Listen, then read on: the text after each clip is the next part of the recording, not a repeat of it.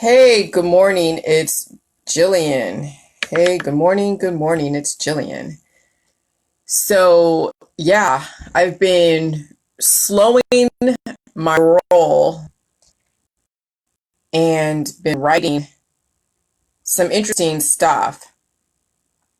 And I've been really, when you slow your roll and you write from a point of view where you have to explain, you're not just spewing out little sound bites of just stuff, but you're trying to explain a thought process to someone that really doesn't know or understand where you're coming from, and you have to teach them from square one.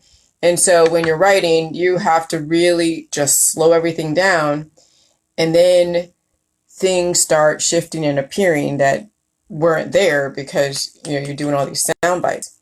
So, a picture's worth 1,000 words. And it's become easier on the JGs to express my point of view. And, you know, not everybody likes my point of view because some of my point of view can be rather political. And I'm going through my own political adaptation to this world because right now well, it's been for a long time that humanity is expressing their balances and imbalances. Okay. And so politics has everything to do with jelly juice. It does. If my politics bugs you, then you have to ask yourself why. Okay? But this whole universe and the micro to the macro, and that's what I'm writing about right now, is macro to micro. And I'm writing another book about macro to micro to understand how things happen at the cellular level all the way out to the universe. Okay? And then all the points in between. And right now, all the points in between are like the politics of humanity.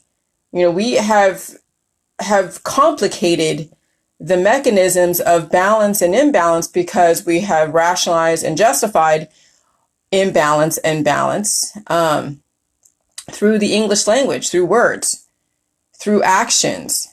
And so one of the issues about why we are where we are is the fact that we have used language to separate us, to allow us to go off in our own little corners and live in a bubble and not realize that everything is connected.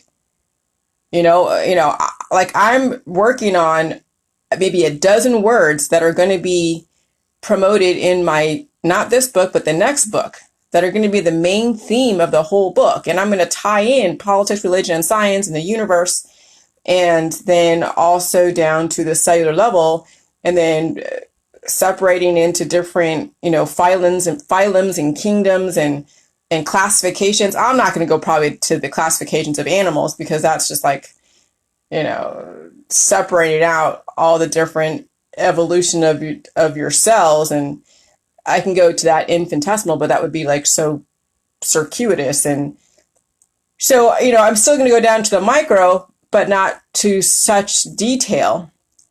But I want people to see the relationship between the micro and the macro. And so when I was doing the Googling, I'm like, I was thinking about micro to macro and then how it almost looks like when you animate that whole thing, it looks like it's breathing. When you're breathing in, that's the micro. When you're breathing out, that's the macro. So actually, when you breathe in, well, that could be the macro, and breathing out is a micro. So it just depends on how you want to look at it. When you breathe out, you're filling up a bag. Okay, so that's a macro, but it could be the micro to you because now it's contracting. So you could be breathing out air, filling up, a bag, and that's macro, and then breathing in is the micro, but that could be the macro in here and the micro out there. See how that works? It's kind of a trick. Because I'm trying to animate my words so that way you guys can see picture-wise what I'm talking about to realize that everything is connected. And words can connect you if you bring in the right words and string them together correctly and show relationships. But words can also completely separate you.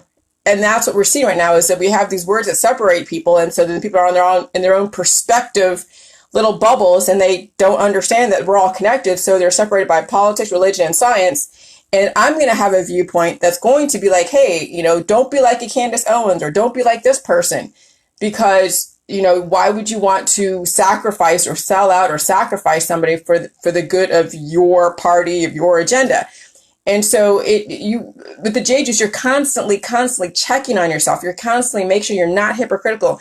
You're constantly improving yourself. It's like continuous process improvement. That's one of the main technical terms that I learned through a friend of mine who is helping me understand a different aspect of Microsoft and of computers in general, the business process reengineering of computers and different functional silos, and how you integrate, the functionality of a department, and then you're integrating technology, and then the people, and then the departments, and then the enterprise, and then the service level, and how all those have to work together, and the vendors who are part of the service level. And so everything is connected. And so so it's always continuous process improvement, always. And so if you don't continuously, improve your process, how do you get better?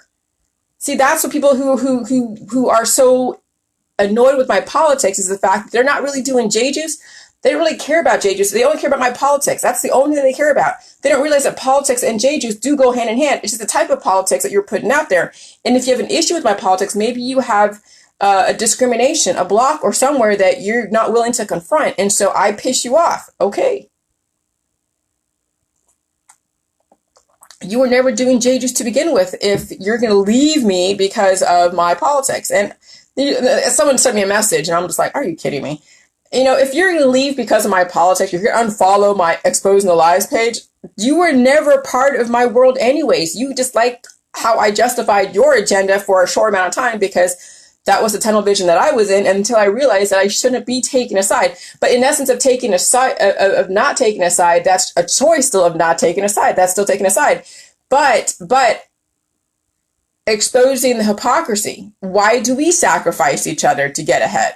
Why do we do that? Is that necessary? Let people sacrifice themselves. Don't sacrifice somebody else. Let somebody fall on their own sword. Don't be the sword for somebody else. Okay?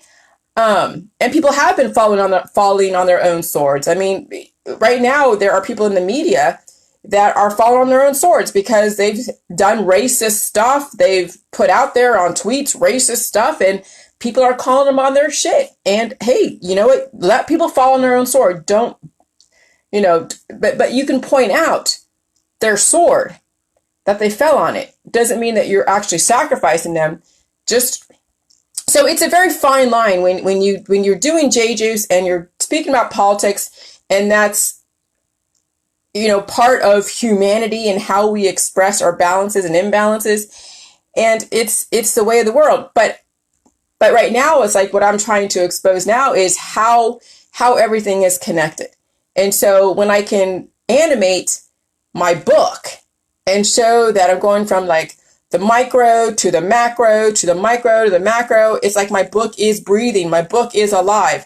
Like I'm animating my book. And that's what I want you guys to see. So that's why I put these GIFs and these memes that show you, okay, micro to macro, macro to micro, in and out, breathe in and out.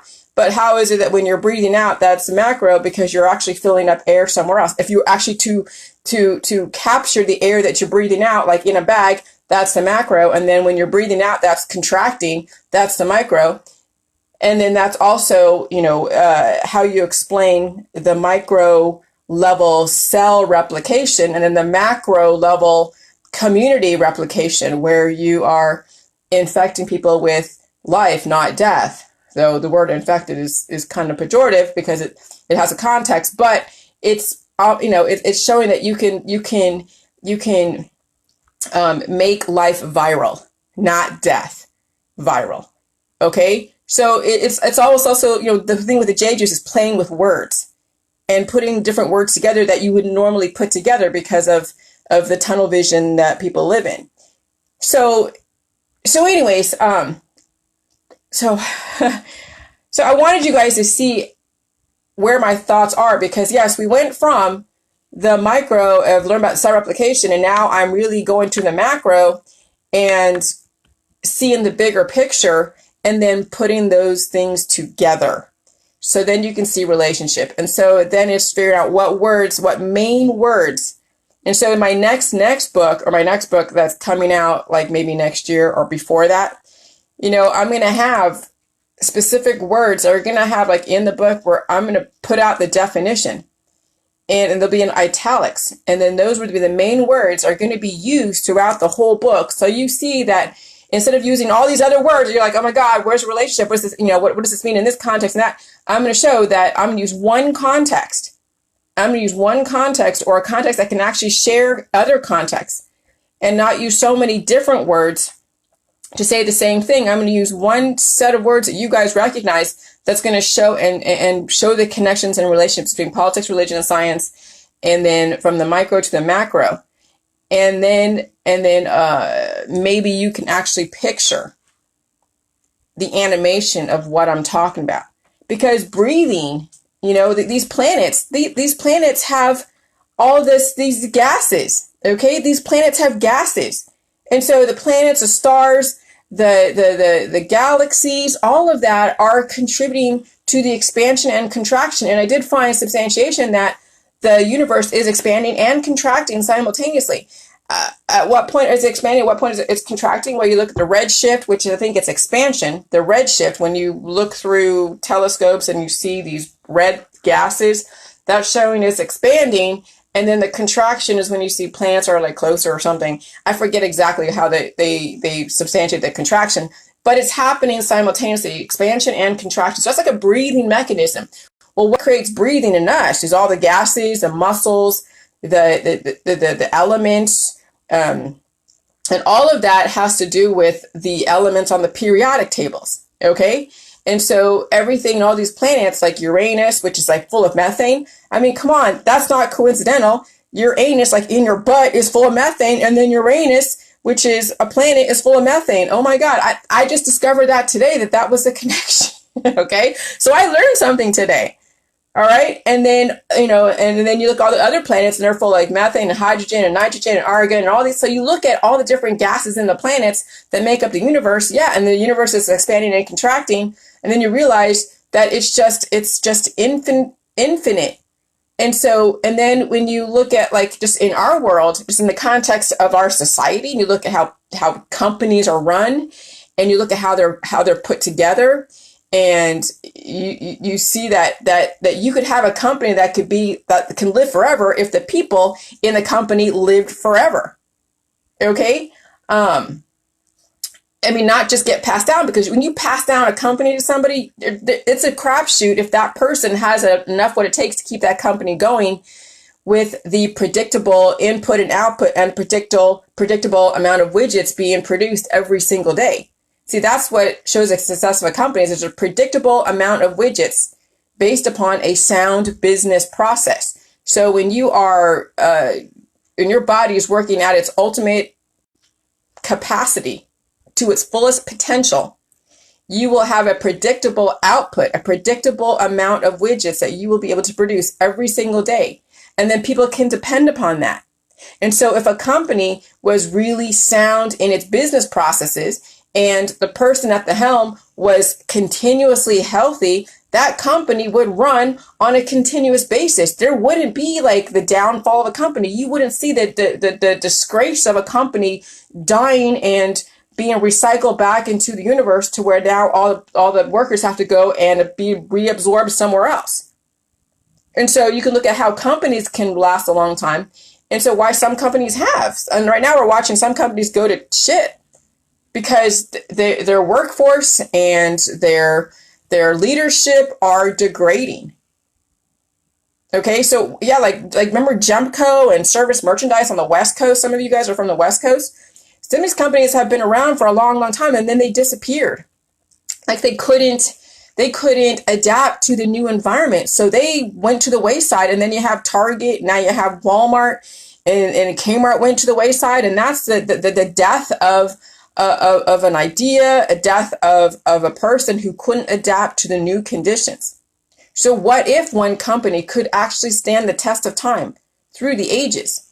There are some companies that have been around ever since way in the beginning. Some of you guys, that like the Morgans, I mean, there's some companies that have been around for a long ass time because of how effective them passing down the reins within that company to other people and still kept the name and still kept the culture and still kept the sound business process and their ability to adapt to the new conditions.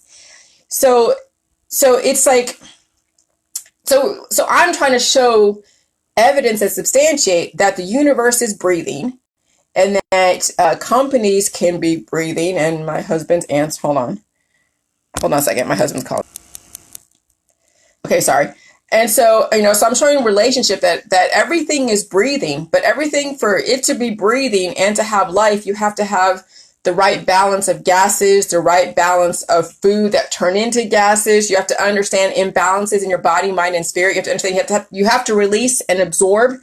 And if you are releasing more than you are absorbing, then how are you going to put to work those nutrients, those gases, those proteins? Okay. And so you do have the ability and the capacity to live indefinitely. This universe has been around for a long ass time. The reason why is because it has planets that have specific gases, and these planets haven't disappeared unless they explode. But Uranus and Pluto and Mercury and Mars and all these different planets have been around for a long, long time. The stars, they're the ones that explode, the shooting stars, the red dwarfs, all those, like the sun is like a star, and it's a huge star, and it's going to be around for a while. How long, I have no idea, but that sun gives life to all the planets. Okay, so light is what is keeping the universe going. And then the expansion and the contraction, because how do you have expansion and contraction? It's the gases that do that, the gases that are in each planet that hold water, hold oxygen, nitrogen. You look at the periodic tables. Okay, and then you are like an inner universe. There's the outer universe, and then there's the inner universe. Okay, and so you got to know that you are actually the universe, and that you could live indefinitely, but you have to give your body the right components to do that. And when you're aging and degrading, and when you are, cutting out organs and you're anesthetizing yourself on a continuous basis, you're going to be part of the death trajectory, which it doesn't have to happen to you, but it happens to things that don't have the logic to bring balance to its environment. So yeah, when you see plants or animals that die because they haven't allowed their body to balance out the environment correctly, and they've succumbed to their environment. So like, if there's winter that comes out, when you have winter is like a death process. It's when you have hardly any sun and it's really cold, and some animals and some plants can't adapt to that cold. But guess what? Humans can. So if we can adapt to just a mere changes in the environment as far as the weather and the seasons, why couldn't we adapt on a continuous level? The reason why is because we're not giving our body what it needs on a continuous basis. We don't recognize indicators correctly. We don't see how everything is put together from a bigger picture because we're so compartmentalized. And the Office of Education or the Department of Education has tunnel visioned everybody to where it's like they've brainwashed you through pain to tell you that if you're in pain, you got to go get this, you got to get this taken out. And that's how they've shortened your life. Because as soon as you have pain, that is an indicator in your head that you've been told that now if you have pain, you need to go get an antibiotic, an anti-life. It shortens your life. You have to get something taken out. You got to get something to anesthetize you so you don't feel that pain anymore. And pain is not used as a barometer of balance or imbalance. Pain is used as a method of control to get you to do something, to brainwash you into do something. So I'm writing about how pain is being used as a method of control versus a method, a barometer of balance. And I wasn't able to articulate this probably 6 months ago. And the fact that I can articulate it now says a lot about my evolution. Okay, so evolution for you guys is possible when you put together the right chemistry. So some of you have seen my evolution process, and it was a little bit crazy in the beginning. And then I had a book out that I discontinued that really isn't reflective of my politics and my thought process today. So some of you that have that book, you're seeing my evolution process. So now that's gone to the wayside. Now I have a new book coming out called The Evolution of the Daily Juice Protocol. It's now showing the evolved protocol. It's going to come out sometime this month. I'm waiting for my publisher to get their stuff figured out. And that will show you now the new protocol, the no diet, the white salt, and then understanding what sugar and salt, their role is and why it's necessary to have those in your diet, and then understand the bigger picture. Okay, a little bit, not too much, because I wasn't there yet when I wrote. Okay, I'm telling you, I've been evolving so much that I wrote the book, The Evolution of the Daily Juice Protocol, in like a month. Okay, and then after that, on the white salt, did I start seeing the next evolutionary process in me? And then the COVID came around, and then the riots came around, and so every single upset of homeostasis was another evolution. So every single time you feel pain or you feel some kind of issue in your body, that's an evolution. And some of you have suppressed that evolution, or you've taken out their potential for evolution. And so you're going to degrade, and you're going to age, and you're going to pass away like everybody else around you, when it doesn't have to be. Okay? So if I can do anything and just drop you seeds of potential of seeing a different perspective, that you don't have to die. Dying, the fact that humans have to die is a belief system. You don't have to buy into that. Humans do not have to die. We have been given the power to adapt to the environment. Look, we have a house. We have, controlled climate. We can handle even very extreme temperatures. People do live in like the North Pole for 6 months out of the year when it's so cold. That's how adaptable the human condition is. And the fact that we are not harnessing that power on an exponential level says that, that humans do get caught in a rut, and then they reinforce each other. And some of you are so fucking stubborn, I want to wring your neck, but I got to deal with that. And some of you are so open that I'm so amazed at your progress. I'm so amazed at your openness, and I'm so proud of you. And, we're going to live in that kind of world where some people are just not going to get it, and we got to deal with it and be okay with it. And then we're going to live in a world where people are going to totally get it and be like, oh my God, it's so amazing. But you still accept those that don't get it, because that's just the nature of the beast. That's Mother Nature working her power. And you can and now you have a choice. You can either understand the power of Jelly Juice, or you can resist it, and then you'll end up like your predecessors. And that was meant to be. See, wherever you guys are is meant to be. So, but if anything, if I can just drop a few seeds of possibility, I'm all for that. If you understand the relationship between the micro and if you understand the relationship between the micro and the macro, you'll get it on a bigger picture and a smaller picture, and you won't be so tunneled, and you won't be caught up in academia's tunneled way of doing stuff, where they've compartmentalized everything in these functional silos, and there's really very superficial cross-functional communication.